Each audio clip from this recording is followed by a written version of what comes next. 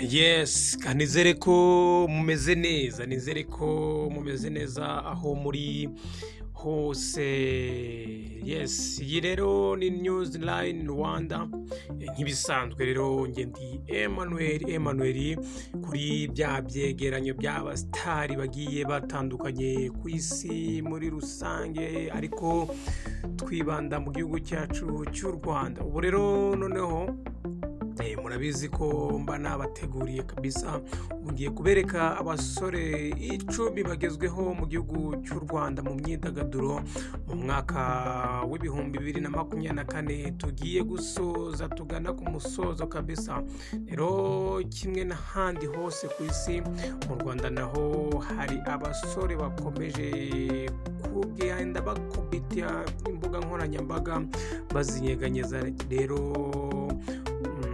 Rero ngiye kukwereka ibikorwa abagabo bakoze naho bagiye bagera mu myidagaduro, dore ko bigaruriye public muri iyi minsi.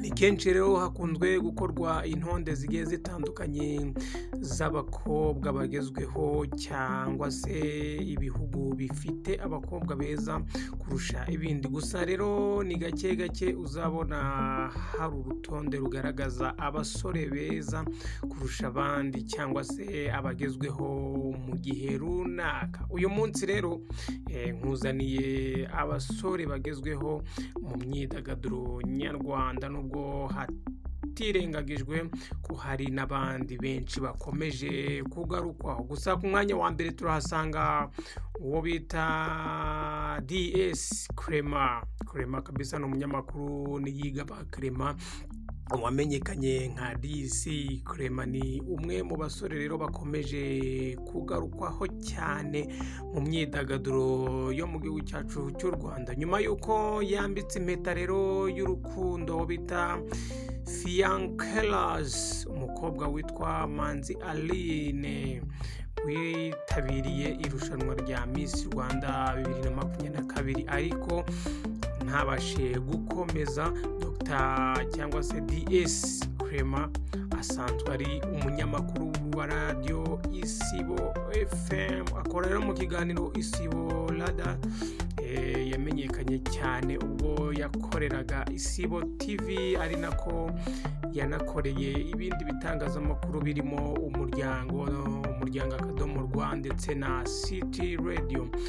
Ku mwanya wa kabiri turahasanga uwo bita Element Mr. L. Uyu ni producer akaba n'umuhanzi Robinson Fred Mugisha, umenyekanye nka Element, agezweho ndetse rero akomeje kuba ingingo nyamukuru ku mbuga nkoranyambaga ndetse no mu bitangazamakuru bigiye bitandukanye, cyane nyuma y'uko bitangiye guhwirahwisa ko uyu musore yaba yamaze gutandukana na 155M.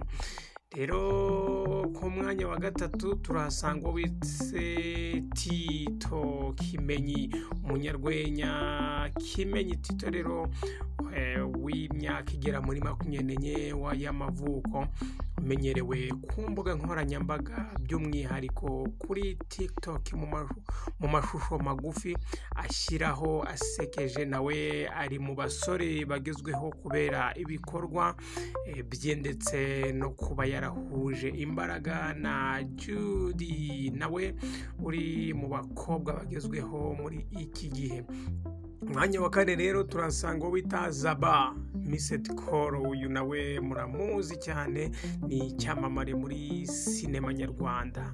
Niyo nkuru Clinton wamamaye nka Zaba Missed Call, ari mu basore nabo bakomeje kugarukaho cyane mu isi y'imyidagaduro, ahanini kubera iby'urukundo rwe na Nkusi Linda uzwi nka Linda Priya, wamenyekanye cyane ubwo yitabiraga Miss Rwanda 2021. Rero ku mwanya wa gatanu hasanga ubite Merci cyangwa se Fall Merci. Uyu nawe umunyarwenya kabisa ndaruhutse Fall Merci watangiye uyu mwuga mu mwaka w'ibihumbi 2017.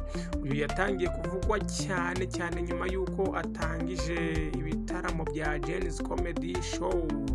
Rero byaje ari nk'irerero ry'abanyarwenya bakiri bato, dore ko abagerageza cyane ku rwego rwisumbuye hari n'abageze hejuru, hari n'abakiri bato. Rero uyu rero amenyekanye cyane aho akorana n'uwitwa Nkusi Arthur, bajyaga bakorana mu mezi atambutse. Ku mwanya wa gatandatu rero turahasanga Mr Egg rero Bahizizi Tony Edinest wamenyekanye nka Mr Egg. Ni umusore rero wakunzwe ku ndirimbo yise ku cyaro, niba muyizi ni mu cyaro, ku cyaro kabisa. Yashyize hanze mu mwaka w'ibihumbi 2022 n'amashusho yayo. Mr Egg rero uyu warukiri mu muryango w'abanyempano mu muziki, bigatuma nawe akura awukunda ku buryo yagiye yongera ubumenyi bwawo ku ishuri rya muzika riherereye i Muhanga. Agezweho rero muri iki gihe nawe ni Mr Egg. Rero ku mwanya wa karindwi turasanga umusore Zeo Trap rero. Uyu rero azwi nka Byiringiro Francois, ni umuraperi Zeo Trap amenyekanye nka Zeo Trap, uri mu bahanzwe rero bahanzwe amaso mu njyana y'umujinya ya hip hop mu Rwanda. Kuva uyu mwaka watangiye yagiye agarukwaho benshi bitewe n'amakimbirane yagiranye avugwa na Holix. Uyu rero ni Zeo Trap. Ku mwanya wa munani rero turasanga bite Jojo Blaze rero winjiye mu mwuga wo kubyina mu mwaka w'ibihumbi 2017. Ari mu basore bagezweho i Kigali mu myidagaduro, kuko akomeje kwigaragariza cyane muri iki gisata cy'imbyino agaragaramo rero z'abahanzi bagiye batandukanye ndetse no ku mbuga nkoranyambaga. Tugaruke ku mwanya wa 9 rero harazo bita Frank Alex Nyabagabo. Uyu nawe ni Frank Alex Nyabagabo, ni gafotozi kabuhariwe ubimazemo igihe, ndetse uyu musore amafoto ye akaba yirahirwa n'abatari bakeya bitewe n'igikoresho yakoresheje ndetse n'uburyo yayafashemo. Uyu rero ni Frank Alex. Ku mwanya wa 10 rero turahasanga bita Nshobozwa byose n'umukiza Jacques Wilson. Uyu rero Wilson ari mu bakinnyi bakomeye mu gihugu cyacu cy'u Rwanda rero muri basket. Rero uyu ni afite uduhigo yagiye aca mu mikino itandukanye nka BR, twagiye dutuma rero agarukwaho cyane cyane mu myidagaduro, udukoryo yagiye akora muri bale. Uyu rero ni Nshobozwa byose n'umukiza, nawe niwe ugiye ufunze uru rutonde. Rero mwakoze kudukurikira.